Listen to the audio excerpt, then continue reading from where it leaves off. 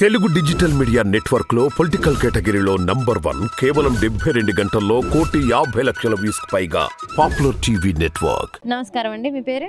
నా పేరు ఉమామహేశ్వరరావు అమ్మ. ఏం చేస్తుంటారు? వ్యవసాయం చేస్తూ ఉంటాను. ఎలా ఉందండి ప్రస్తుతం వ్యవసాయం? అసలు జగన్ గారు వచ్చిన తర్వాత రైతులందరికీ అసలు అన్యాయం జరిగిపోతుంది అంటున్నారు కదండి. రైతులకు అన్యాయం జరిగింది చంద్రబాబు నాయుడు హయాంలో. ఎలాగంటే ఒక వారం అటు ఏలూరు బందరు కాలువలకి, ఒక వారం ఇటు బకింగ్హామ్ కెనాల్కి నీళ్ళు ఇచ్చేవాడు. ఇవాళ అన్ని కాలువలకి అన్ని దినాల్లోనూ సప్లై అవుతుంది వాటర్. రైతులు ఎందుకు ఇబ్బంది పడుతున్నారు? అప్పుడు ఇబ్బంది పడ్డారు చంద్రబాబు నాయుడు హయాంలో, వర్షాలు లేక. ఇది వరకు ఇప్పుడు మనం కృష్ణానదిలో చూస్తే, ఈ కృష్ణానది దిగువన ఈ కనకదుర్గమ్మ వారధి హైట్ను పెరిగినాయి పిచ్చి చెట్లు, ముళ్ళకంప చెట్లు అన్నీ కూడా. ఇవాళ ఒక చెట్టు ఉందేమో చూడండి కృష్ణానది దిగున. అది అనావృష్టి. 5 సంవత్సరాలు కూడా అనావృష్టి. ఇవాళ పుష్కలంగా ఈ 5 ఏళ్ల నుండి వర్షాలు పడుతున్నాయి. 19 నుండి బ్రహ్మాండంగా పంటలు పండుతున్నాయి. రైతులు సస్యశ్యామలంగా ఉన్నాయి పొలాలు. వాళ్ళకి మంచి లాభసాటిగా ఉంది వ్యవసాయం కూడా. ఒకవేళ పంటకి గిట్టుబాటు ధర లేకపోతే గిట్టుబాటు ధర కల్పించి రైతుల దగ్గర కొని వాళ్ళ ఇబ్బంది పడకుండా వాళ్ళకి ఒక సఫిషియెంట్ ఇన్కమ్ తీసుకొస్తున్నారు జగన్మోహన్ రెడ్డి గారు. వాళ్ళు ఇబ్బంది పడింది చంద్రబాబు నాయుడు హయాంలో, కానీ ఇవాళ కాదు. రైతులకి ఏదైనా మేలు జరిగిందంటే అది కేవలం టీడీపీ ప్రభుత్వంలోనే అని చెప్తున్నారు కదండి. టీడీపీ ప్రభుత్వంలో మేలు జరిగిందంటే ఇది ఎంతో హాస్యాస్పదమైన మాట. అప్పుడు ఆర్బీకేలు ఉన్నాయా? లేకుంటే వాళ్ళకి పంట నమోదు చేసి వాళ్ళ పంటలకు నష్టపరిహారం ఏమైనా ఇచ్చారా?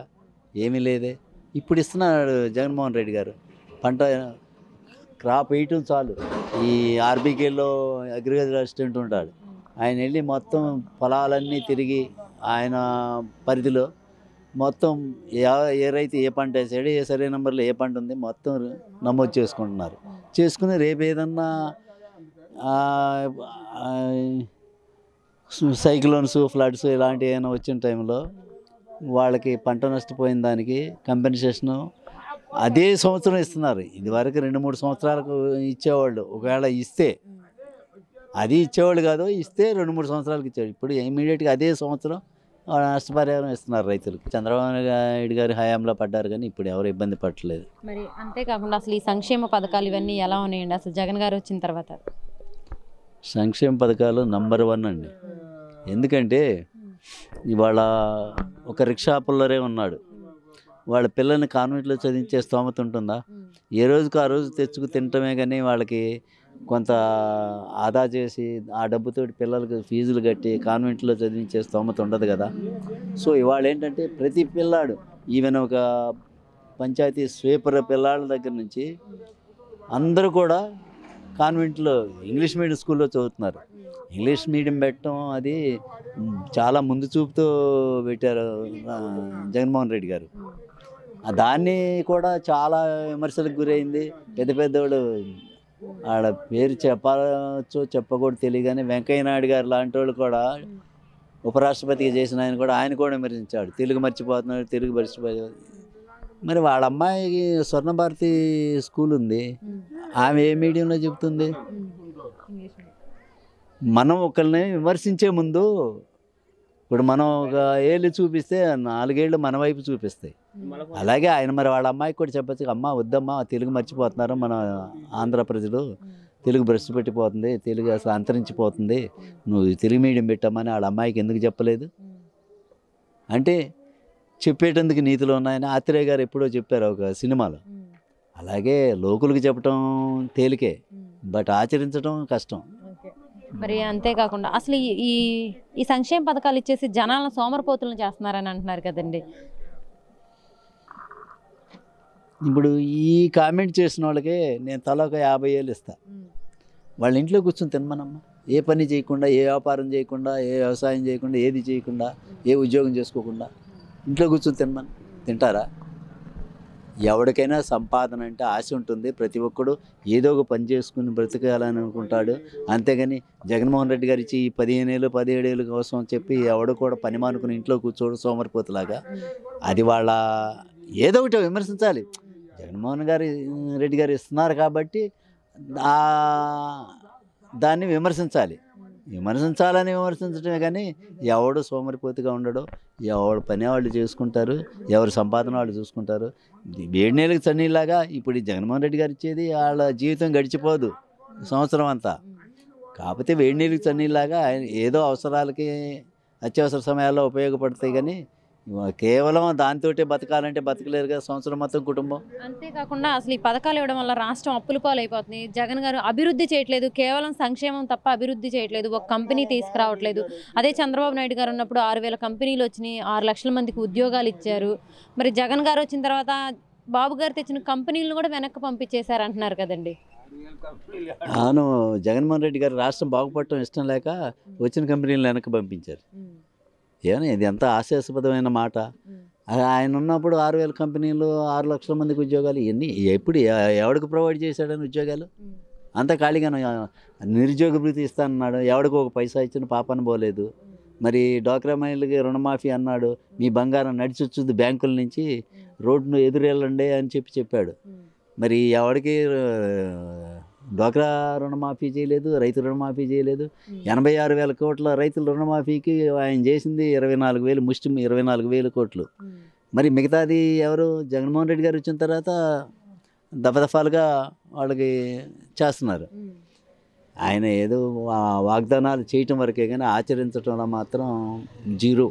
అదేంటండి, మేము అసలు ఈ గతంలో ఇప్పుడు జగన్ గారు ఇచ్చే పథకాలని గతంలో బాబు గారు ఇచ్చినవి అని చెప్పేసి టీడీపీ నాయకులు అయితే ఏంటి, కార్యకర్తలు అయితే అంటున్నారు కదండి.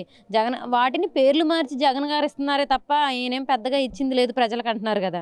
ఈయనలాగా 100,000 వాగ్దానాలు చేయలేదు జగన్మోహన్ రెడ్డి గారు. ఓకే, నవరత్నాలు అని చెప్పి 9 పథకాలు పెట్టాడు. ఆ 9 పథకాలు కూడా కంప్లీట్గా 100% ఫుల్ఫిల్ చేశాడు. సో ఆడ పథకాలు ఈయన ఎందుకు పెడతాడు? వీళ్ళకి ప్రతిదీ కాపీ కొడుతున్నారు. టీడీపీ వాళ్ళు జగన్మోహన్ రెడ్డి గారి పథకాలన్నింటి కాపీ కొట్టి మేము అంతగా రెట్టింపేస్తాము, ఇంత ఇస్తాం రెండింటికి ఇస్తామంటున్నారండి. మరి ఇప్పుడు జగన్ గారు ఇవ్వడం వల్లే శ్రీలంక అయిపోయింది, వలస వెళ్ళిపోయే పరిస్థితి ఉంది ప్రజలు అంటున్నారు కదండి. మరి నెక్స్ట్ వాళ్ళు ఇస్తే మరి అప్పుడు సస్యశ్యామలం అవుద్ది రాష్ట్రం. బంగారు ఆంధ్రప్రదేశ్ అవుద్ది, బంగారు తెలంగాణ లాగా బంగారు ఆంధ్రప్రదేశ్ అవుద్ది. ఏంటి అర్థం లేని మాటలు. మేము ఇస్తే జగన్మోహన్ రెడ్డి శ్రీలంక అవుద్ది, సోమాలియా అవుద్ది, అది అవుద్ది, ఇది అవుద్ది అని చెప్పి ఎంతగానో విమర్శించారు. మరి వాళ్ళు రెట్టింపిస్తూ ఉన్నారు. రెట్టింపిస్తే రెట్టింపు దివాళా తీస్తేగా రాష్ట్రం. అంటే దివాళా తీయదు. బాబు గారు విజన్ ఉన్న నాయకుడు, ఆయన సంపద సృష్టించి ప్రజలకు ఇస్తాడు. జగన్ గారికి విజన్ లేదు, ఆయనకి సంపద సృష్టించడం చేతగాక అప్పులు తీసుకొచ్చి ప్రజలకు ఇస్తున్నాడని చెప్పేసి అంటున్నారు కదండి, కేవలం ఓట్ల కోసమే. ఆయన విజన్ గురించి రాష్ట్రం మొత్తం తెలిసిపోయింది. ఆయన విజన్ ఏంటంటే వాళ్ళ వారసత్వంగా వాళ్ళ అబ్బాయికి ముఖ్యమంత్రి పదవి కట్టబెట్టాలి, తర్వాత అక్కడ రాజధానిలో 30 గ్రామాల రైతులని బాగు చేయాలి, వాళ్ళ కోటీశ్వరులు. అది తన సామాజిక వర్గాన్ని, మిగతా వాళ్ళని కాదు, వాళ్ళందరూ కోటీశ్వరులని కోటాను కోట్లకు అధిపతులను చేయాలి. అది ఆయన విజన్. అంతేగాని రాష్ట్రాన్ని బాగు చేద్దాం, రాష్ట్రం నలుమూలలా బాగు చేద్దామనే మోటో అసలు ఆయనకి లేదు ఎట్టి పరిస్థితుల్లో కూడా.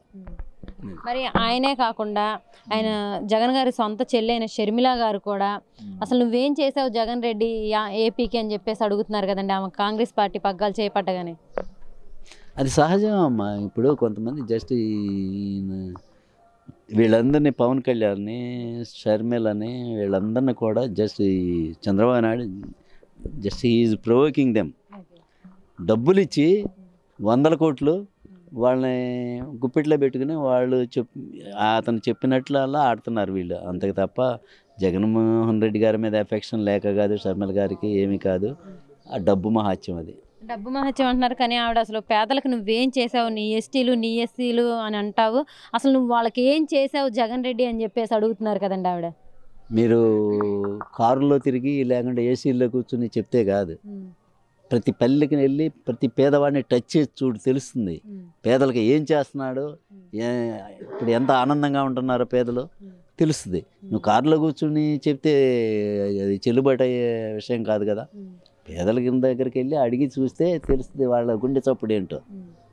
మరి అంతేకాకుండా మరి ఇది చూసి పవన్ కళ్యాణ్ గారు అయితే ఏంటి, చంద్రబాబు నాయుడు గారు అయితే ఏంటి, తల్లికి చెల్లికే న్యాయం చేయలేనివి అసలు నువ్వు ఏపీ ప్రజలకు ఏం చేస్తావు జగన్ అని చెప్పేసి అడుగుతున్నారు కదండి. వీళ్ళిద్దరు చేస్తున్నారంట, తల్లికిను అన్నదమ్ములకి తోడబుట్టిన వాళ్ళకి వీళ్ళందరికీ న్యాయం చేస్తున్నారంట. రామ్మూర్తి నాయుడిని పిచ్చెక్కిచ్చాడు, రామ్మూర్తి నాయుడికి పిచ్చెక్కిచ్చి ఇంట్లో గొలుసుతో బంధించారు. మరి ఈయన మాట ఏండో లోకేష్ చంద్రబాబు మాట, మరి వాళ్ళ ఇంట్లో అన్నీ సక్రమంగా నడుస్తున్నాయా? లేదు కదా, వాళ్ళు తలోదారి ఉంటున్నారు. ఇప్పుడు పవన్ కళ్యాణ్ ఉన్నాడు, పవన్ కళ్యాణ్ కూడా అంతే, అదొక ఎడమెంట్ టైప్. అతను కూడా వాళ్ళు ఎవరిని కేర్ చేయడు, కుటుంబ సభ్యులను ఎవరిని కూడా. అతను కుటుంబ సభ్యులు మొత్తం ఒకటైతే ఈయన దారి అయింది.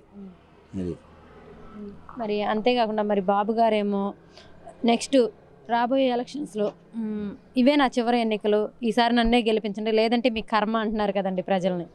భవిష్యత్తు ఊహించుకొని చెప్తున్నాడమ్మా. భవిష్యత్తు తెలిసిపోతుంది ఆయనకి, ప్రమాద గంటికలు మోగుతున్నాయి అక్కడ. అదేంటండి బాబు షూరిటీ భవిష్యత్తు గ్యారంటీ అంటున్నారు కదా. మరి 40 ఏళ్ళ ఎక్స్పీరియన్స్ ఉంది రాజకీయంలో. మరి 14 సంవత్సరాలు సీఎం చేశాడు, 14 సంవత్సరాలు అపోజిషన్ పార్టీలో ఉన్నాడు. మరి ఆయనకి ఇవన్నీ తెలియక కాదు. లాస్ట్కి ఇప్పుడు జగన్మోహన్ రెడ్డి ఏమన్నాడు, నీ 600 అయినా నేను ఒంటరిగానే పోటీ చేస్తా, నాకు ఎవరితో పొత్తు అవసరం లేదు అంటున్నాడు. అది సిన్సియర్గా ప్రజలకు సేవ చేస్తున్నాను నేను అనుకున్న వాళ్ళు చెప్పే మాటలు అవి. నీకు బీజేపీ పొత్తు కావాలి, జనసేన పొత్తు కావాలి, కమ్యూనిస్టుల పొత్తు కావాలి, కాంగ్రెస్ పొత్తు కావాలి. నువ్వు అసలు జత కట్టంది ఎవరితో? ఒక వైసీపీతో తప్ప. అన్ని పార్టీలని టచ్ చేసావు, అన్ని పార్టీలతో పొత్తు పెట్టుకున్నావు, అయినా కూడా ఏం ఫలితం లేకుండా పోయింది. ఇప్పుడు ఇది కూడా లాస్ట్కి ఇక ఆశలు అడియాశలు అయిపోయినాయి. బీజేపీ వాళ్ళు దగ్గరికి చేరలేరు, ఎందుకంటే వాళ్ళ అమిత్ షాని, మోడీ గారిని, వీళ్ళందరినీ వాళ్ళకి చేసిన అవమానాలకి వాళ్ళు ఎప్పుడూ మర్చిపోరు. చంద్రబాబుని ఒక కంట కనిపెట్టే ఉన్నారు. సో చంద్రబాబు నాయుడు అనుకుంటాడు నేను వీళ్ళందరినీ ఉన్నాను, అన్నీ 1+2+2 ఇలా అన్ని ప్లస్లు అవుతాయి అనుకుంటున్నారు, కానీ అవన్నీ కూడా మైనస్లే రేపు చంద్రబాబుకి. రాబోయే 2024లో ఎవరు గెలిచే అవకాశం ఉందంటారండి? అంటే 19 ఎలక్షన్లంతా మెజారిటీ రాకపోయినా కూడా డెఫినెట్గా 120-130 ఆ రేంజ్లో ఉంటాయి సీట్లు. డెఫినెట్గా జగన్మోహన్ రెడ్డి గారు మళ్ళీ వుడ్ బి సీఎం.